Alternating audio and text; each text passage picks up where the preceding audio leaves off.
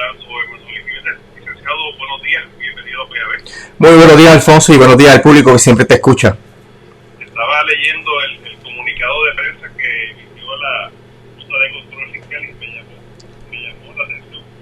Una cita de Natalia Yaresco al final dice: la reestructuración de la deuda es el punto de partida. Puerto Rico necesita mejorar la administración financiera, asegurar la transparencia financiera y la rendición de cuentas para producir crecimiento y estabilidad a largo plazo.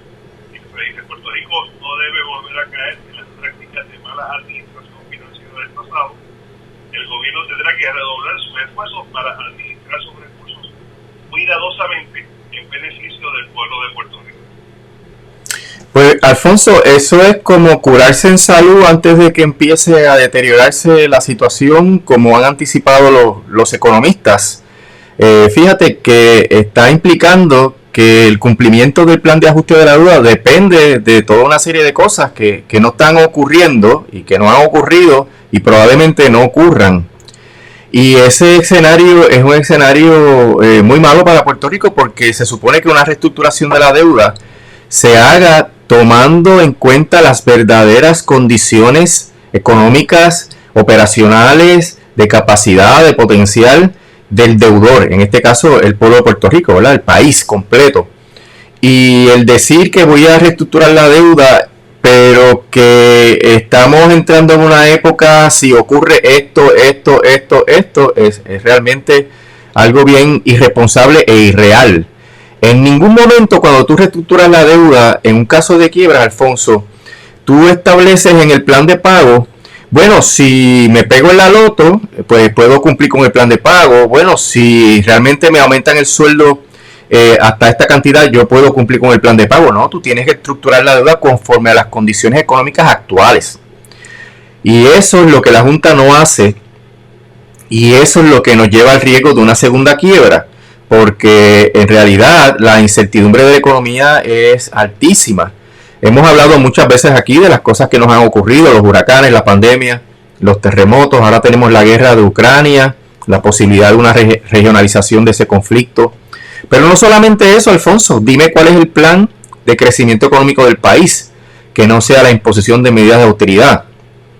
Dime qué pasa con la ley 154, que está ahí en veremos, porque el Tesoro Federal quiere reestructurar eso, y eso podría representar la pérdida de una parte sustancial del presupuesto de Puerto Rico. Dime qué va a pasar con el Medicaid si ganan los republicanos en noviembre. Y esto de la supuesta paridad que aparentemente jamás se va a dar, porque siempre han estado soñando con la supuesta paridad de los fondos federales. Así que hay tantas variables que Puerto Rico no controla, que hacen que Puerto Rico pueda caer en una situación de penuria económica que nos lleve a un segundo impago. Mira, estoy mirando una presentación que me envió José Israel Alameda, el economista. Te recomiendo que lo llames, porque es que vamos a dar un seminario próximamente a una organización profesional de los Estados Unidos, y el escenario que él presenta ratifica todo lo que hemos estado diciendo en torno al potencial que hay de que Puerto Rico caiga en una quiebra, y establece una metodología que es realmente la que tiene valor científico, porque la Junta, si tú ves las proyecciones, la Junta dice: la economía va a pasar por aquí, y es como si fuera la palabra divina, Alfonso. No tienen modelajes adicionales, no tienen un espectro de posibilidades, como pasa con los huracanes. Tú has visto que los que predicen la ruta del huracán, si es para mañana, ellos saben por dónde va a pasar. Pero si es para pasado mañana o para la semana que viene, se abre el abanico de posibilidades y ahí tú no tienes certeza de por dónde va a pasar. Así mismo la economía. Y la Junta proyecta hasta de aquí a 50 años cuál va a ser el crecimiento económico, si alguno, porque ya para 2027, 2028 ya la economía empieza a flaquear otra vez. Y eso es totalmente irresponsable, porque es como si ellos fueran infalibles. Y los economistas no pueden trabajar así. Entonces Alameda te modela 5 escenarios de posible crecimiento y de posibilidades de fracaso de la economía, que no son muy halagadores, Alfonso, porque en realidad cualquier cosa que ocurra de las variables que no tenemos control realmente va a descarrilar todo este proceso. Número uno, el cumplimiento del gobierno de las metas que establecen los planes fiscales. Que de paso te digo, nadie tiene confianza de que esa es la receta que hay que seguir imponiendo, porque eso es lo que precisamente deteriora la calidad de vida en el país. Eso es precisamente lo que hace que la gente emigre. Cuando tú tienes un país que todo lo que tiene son medidas de austeridad y de control, pues realmente tú como persona, tu familia deciden buscar otros nuevos horizontes, y aquí en Puerto Rico la facilidad con que uno puede emigrar hace que la gente se vaya y se acabó. Y eso pues deteriora aún más la economía. Así que en cuanto a lo que va a ocurrir y en cuanto a lo que va a hacer el gobierno, aún si lo hiciera, si el gobierno fuera cumplidor de todas las medidas que aparecen en los planes fiscales, nadie garantiza que eso va a hacer crecer la economía, y todo lo contrario, porque esas medidas, esa receta amarga que se ha impuesto en otros países ha resultado en aumento en la desigualdad, aumento en la pobreza y en ausencia de crecimiento económico. Entonces ellos vienen con esos modelos neoliberales de la escuela de Chicago que han fracasado en tantos otros lugares, diciendo que eso va a ayudar a una colonia que tiene una economía de enclave colonial, que no tenemos relaciones internacionales, que no tenemos control de la moneda, que no tenemos ningún tipo de acuerdo comercial con el resto del planeta. Así que imagínate el impacto de esas medidas que fracasan en países soberanos y las quieren poner aquí. Así que, aún cumpliendo con lo que dice el plan fiscal, mi apreciación, mi hipótesis es que no va a haber el crecimiento económico que hace falta, que los economistas dicen que hace falta, que Stiglitz dice que hace falta para que Puerto Rico pueda cumplir con esos compromisos tan onerosos en el plan de ajuste de la deuda. Yo pienso, Alfonso, que, y lo he dicho otras veces, que las elecciones del 2024, uno de los temas principales de la campaña va a ser qué hay que hacer para evitar el impacto gravísimo que están teniendo y que van a tener las medidas del plan de ajuste de la deuda en la gente y en la economía de Puerto Rico. El asunto de los maestros y de las maestras realmente es una situación crítica. Ya hay más de 2.000 renuncias, pueden haber muchas más renuncias no relacionadas a retirarse, ¿verdad? Hay 2.000 renuncias relacionadas al retiro.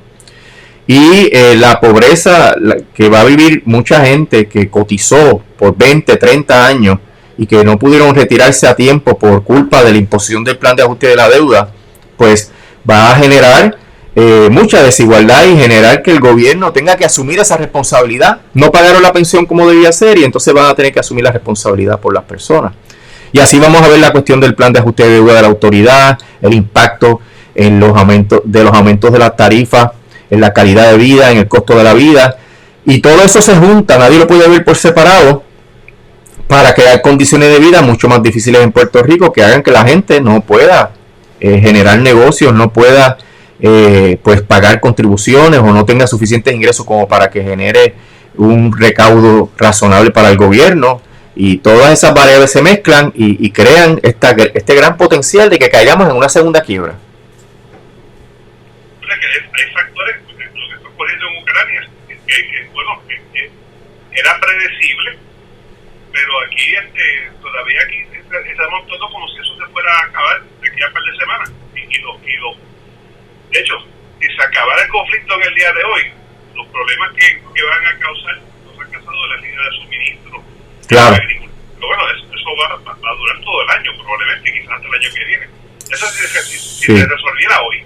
Sí, porque obviamente la destrucción de la infraestructura, la emigración masiva de los ucranianos a otros países limítrofes, que eso afecta todos los procesos productivos, porque la gente que produce, que va, a lo mejor la gente que está en el campo recogiendo los productos agrícolas que usa Occidente, la gente que está en las plantas siderúrgicas que producen los metales que se usan en Occidente, pues han emigrado, se han tenido que ir huyendo a la violencia de la guerra, y eso va a tomar tiempo, definitivamente.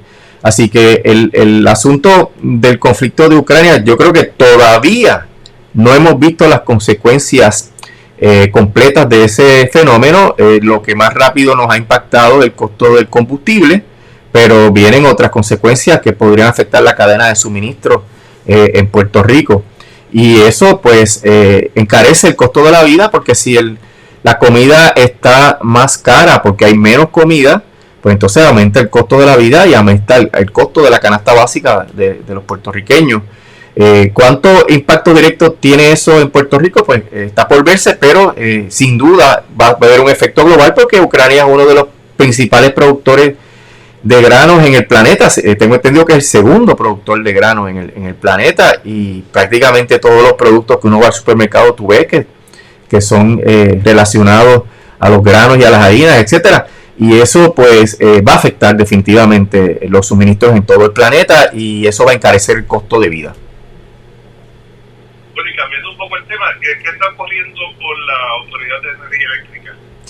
Mira, la autoridad, finalmente ya la jueza anunció que estaba explorando la posibilidad de nombrar un comité mediador compuesto por jueces, porque los bonistas, Alfonso, querían que fuera la jueza Hauser, que se retiró, ya no está sometida a las limitaciones éticas de ser una jueza en Estados Unidos, en el sistema federal, y para colmo quería cobrar $1,600 la hora. Y entonces, $1,600 la hora, Alfonso. Hacemos la pausa porque estamos pensando en malas palabras. Sí, así mismo. Sí, esto es... Pues mira, para colmo, no solamente querían que fuera ella y ella iba a cobrar 1,600, sino que en una última moción le dijeron a la jueza Taylor Swain: yo lo pago, que los bonistas van a pagar a la mediadora. Mira, Alfonso, el que paga a los músicos controla la fiesta. Fíjate qué cara de lechuga de esos bonistas, que proponer a una mediadora que se supone que sea imparcial totalmente, que no demuestre inclinación a favorecer a ninguna de las partes, y le van a pagar, y ellos le van a pagar exclusivamente. Pues mira, eso es la receta del desastre de la parcialidad. Y eso aparentemente lo hemos parado, en el sentido que el sistema de retiro y la UTIER están participando ya en el proceso. O sea, ya estamos incluidos en el trámite. Se radicó una moción el viernes explicando esa inclusión en el proceso, que incluye el Comité de Acreedores No Asegurados, la UTIER, el sistema de retiro de los empleados de la autoridad, incluye a los bonistas, incluye entonces a la Junta y el gobierno de Puerto Rico, y a los que le dieron combustible, las líneas de crédito a la autoridad para comprar combustible, que se llaman los Fuel Line Lenders. Pues esos son los que van a participar. Sabes que a la legislatura la dejaron fuera. Tatito escribió una carta, radicó una moción y Skill le contestó que se quedara fuera, porque la Junta quiere aprobar un plan con el acuerdo de una sola clase. Si la clase es una que tiene los números, ¿verdad?, en términos de el número de acreedores más el número de el monto de la deuda conforme a los criterios de la ley de quiebra, pues con una sola clase se podría aprobar un plan de ajuste de la deuda e imponerle las condiciones a los demás acreedores. Y eso, según el plan de la Junta, no requiere legislación. Sin embargo, mi criterio es que la legislatura sí podría legislar a través de la sección 314B5, que es la que dice que la legislatura es la que tiene que establecer la legislación habilitadora. Pero tiene que ser muy estratégico, ¿verdad? Porque hay un espacio bien pequeño para que ellos puedan participar en el proceso. No en la mediación, sino estableciendo condiciones, Alfonso, que protejan al pueblo de Puerto Rico. La legislatura tiene el deber constitucional de establecer legislación que proteja al pueblo de Puerto Rico, y definitivamente un aumento desmedido en la energía eléctrica por razón de que le están dando a los acreedores de bonos más de lo que merecen, pues eso es una función intrínseca de la legislatura, y ahí es que yo veo que hay espacio para que ellos participen desde la perspectiva de legislación habilitadora, y que entonces, si la Junta no está de acuerdo, que se litigue, pero hay una base jurídica en promesa que establece que la legislatura puede participar, y de hecho la jueza ha reconocido que esa participación de la legislatura podría ser hasta para obstaculizar el proceso de confirmación de un plan de ajuste de la deuda. Así que la jueza le ha dicho a la Junta: ojo, cuenta con la legislatura, que si ellos se trancan a la banda, podría haber problemas para confirmar un plan de ajuste de la deuda. Así que la legislatura tiene que ponerse para su número y establecer estratégicamente qué es lo que va a poner ahí en esa legislación habilitadora, para que la Junta en su proceso tenga que llegar a unos entendidos que respeten esas condiciones. Esa posición que ha asumido el gobierno de Puerto Rico, el gobernador por un lado y Tatito Hernández desde la Cámara, en contra del acuerdo que había de la Autoridad de Energía Eléctrica, ¿a qué se debe? Bueno, a dos factores. El acuerdo nunca fue viable desde el origen. El aumento a la tarifa, Ramón Cao, el economista, decía que iba a hacer perder 170,000 empleos en el país. Segundo, el costo político de ese aumento a la tarifa. Tú sabes que el PPD y el PNP ya están en campaña política y el costo político era enorme, aparte de que las extensiones que ya había dado la jueza para que se decidiera qué se iba a hacer con eso, ya habían llegado al límite porque los acreedores de bonos estaban pidiendo la mediación. O sea, los acreedores provocaron que se tomara la decisión. Y yo creo que hay que ser, ¿verdad? Reconocer los logros del país. Cuando digo los logros del país me refiero a los que han luchado por años por que ese RSA se deje a un lado. Que es parte de eso también los estudios que se hicieron denunciando el impacto del RSA. Está el estudio que hizo Ramón Cao, que ya mencioné, el estudio de Alameda, el estudio de Héctor Cordero Guzmán, la militancia de los grupos ambientalistas y comunitarios que participaron en el proceso, la militancia de Queremos Sol, por ejemplo, la militancia de Lautier y del sistema de retiro de los empleados, que trajeron en perspectiva el impacto de ese ABC y cómo se perjudicaría dramáticamente la economía. Y cuando tú juntas todas esas piezas, pues el gobernador no le queda otra alternativa, porque también un plan de ajuste de la deuda de la autoridad puede liquidar las probabilidades de éxito del plan de ajuste del gobierno central, porque como he mencionado, todo está ligado. Así que todas esas variables se conjugaron para que él decidiera que lo mejor para él era, porque todas estas decisiones en un proceso ya electoral, todas estas decisiones donde más pesan es la parte política, pues entendieron que no debían cancelarlo para que se abriera otra posibilidad. Pero la nueva posibilidad, Alfonso, tiene muchos riesgos, a menos que la Junta decida finalmente hacer buenos sus planteamientos de que esos bonistas no tienen bonos asegurados, de que esos bonos son chatarra y que como son bonos chatarra no asegurados, se le puede dar cero para que la autoridad pueda surgir de la quiebra y ser viable tanto financieramente como operacionalmente. ¿Y eso tiene algo que ver con los planes de finalmente privatizar la autoridad? Puede tener que ver, Alfonso, porque mira la situación, el contrato de Luma, que como hemos dicho tantas veces que es leonino, y lo estamos viendo, todos los días vemos ese problema, pues le reserva a Luma la facultad de decidir si el plan de ajuste de la deuda le gusta o no. Es decir, que Luma podría escoger irse y dejar a todo el mundo enganchado, como hemos dicho anteriormente, que Luma se puede ir en cualquier momento y dejar todo a mitad, por razón de que no le gusta el plan de ajuste de la deuda. Así que, para colmo, Luma, que no es acreedora de la autoridad, podría tener una presión o una influencia desmedida en la Junta y en el gobierno central por encima de la que puedan tener los verdaderos acreedores de la autoridad. Es a ese nivel llega ese contrato leonino que la Junta, Fermín Fontanés y la gerencia de la Autoridad de Energía Eléctrica y el gobierno de Puerto Rico hicieron con Luma. Estos aumentos en el combustible, que obviamente se van a traducir en aumento de la tarifa, van a ser bastante drásticos en los próximos meses. Sí, Alfonso, se estima que la tarifa podría llegar a 30 centavos por kilovatio hora. Y los defensores de Luma dicen, es que eso no se puede controlar. Sí, el primer problema, no se puede controlar porque la autoridad, la gerencia politizada de esa autoridad, nunca se movió a la energía renovable con la premura que se requería para que fuéramos nosotros los productores de esa energía. Y segundo, que Luma no tiene incentivos ni controles para los gastos.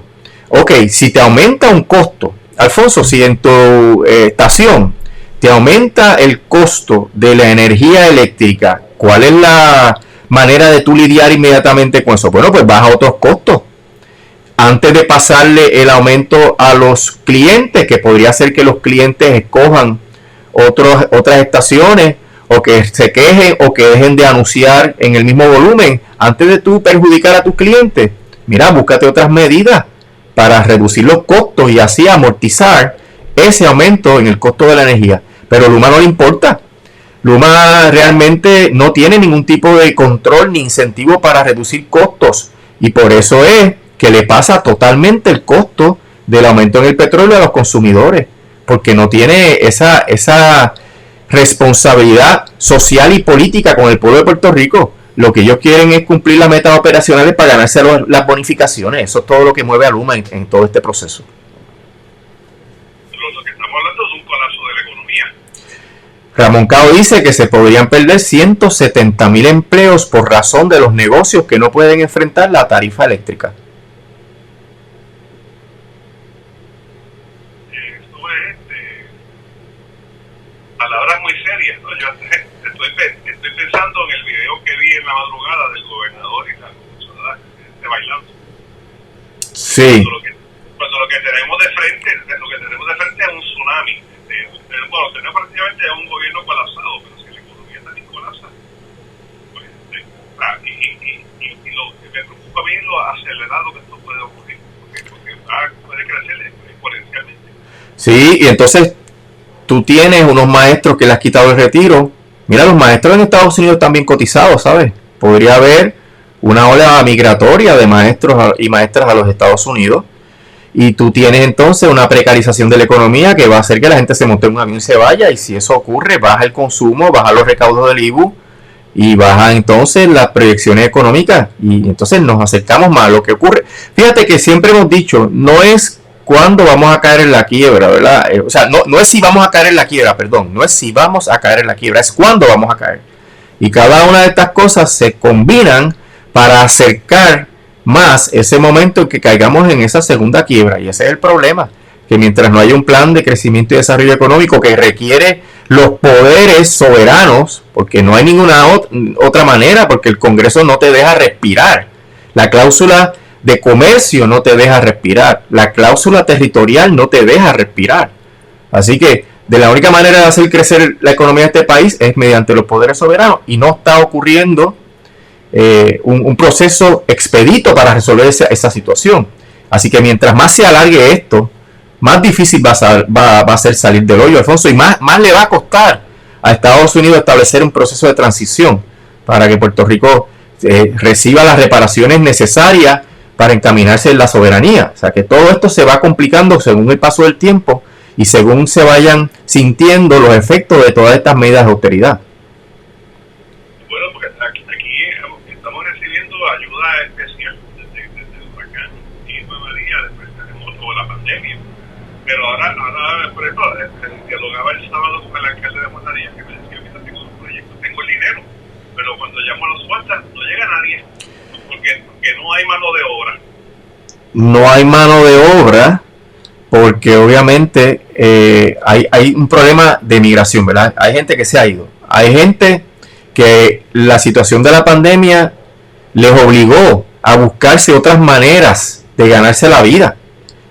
Porque a la verdad es que la pausa que hubo y tal vez las oportunidades que dio ese dinero que se recibió como ayuda permitió que la gente se independizara del trabajo asalariado y montara sus propias estructuras productivas, ¿verdad? Sus propios negocios. Pero también es que aquí no tenemos ningún control de la fuerza laboral y la gente también aprendió que por salario mínimo no van a querer trabajar. Y también, Alfonso, este asunto de que el trabajo remoto, o sea, todas las transformaciones que han ocurrido en el mundo laboral después de la pandemia o durante la pandemia, pues han afectado la manera en que se consigue el empleo, las expectativas de la gente, pero esos son cambios que los patronos tienen que enfrentar. Y una de las primeras cosas que tienen que hacer es aumentar el salario de los obreros de la construcción para que puedan entonces reclutarlo, pero no quieren, ¿ves? No quieren compartir las ganancias en este proceso con los trabajadores, y por eso pues la gente no tiene interés. Han encontrado otras maneras de diversificarse, han encontrado otras maneras de generar ingresos, y la situación va a seguir así mientras no se reestructure el trabajo asalariado mediante aumentos sustanciales a lo que la gente gana en los trabajos necesarios de la economía. La situación es peligrosa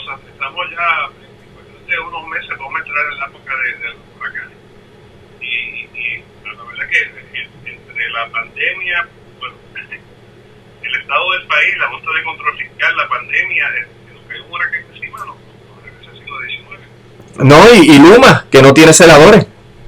Imagínate la situación que podemos enfrentar. Y también la cláusula que permite que Luma se vaya en una situación crítica como la de un huracán. Usted lo había mencionado, bueno, lo comenta desde que se empezó a negociar con Luma. Esa cláusula que le permite a ellos recoger las maletas y decir me voy. Sí, eso está ahí. Y como dijo aquel gobernante, ahí le dejo ese desastre. Eso está ahí. Y eso es siempre una posibilidad. Y hay muchas cláusulas de salida a sí mismo. Por ejemplo, lo del ajuste de la deuda también le daría base a Luma para irse. Le pregunto antes de concluir, ¿usted ha escuchado de si hay un plan de contingencia en caso de que eso ocurriera? No sé si quizás lo escuchó del gobierno, de alguien. El contrato tiene unas cláusulas para que haya una transición, pero el problema es que la necesidad que puede generar la salida abrupta de Luma puede obligar al gobierno a tener que contratar a otra compañía bajo peores condiciones.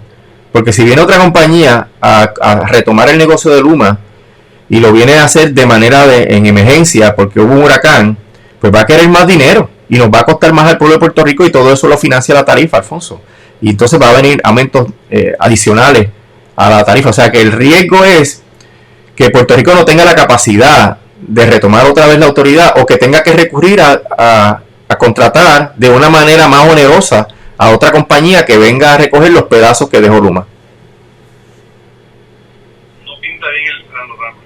Licenciado, muchísimas gracias. ¿Cómo no, Alfonso? Y perdona por siempre golpearte los lunes por la mañana.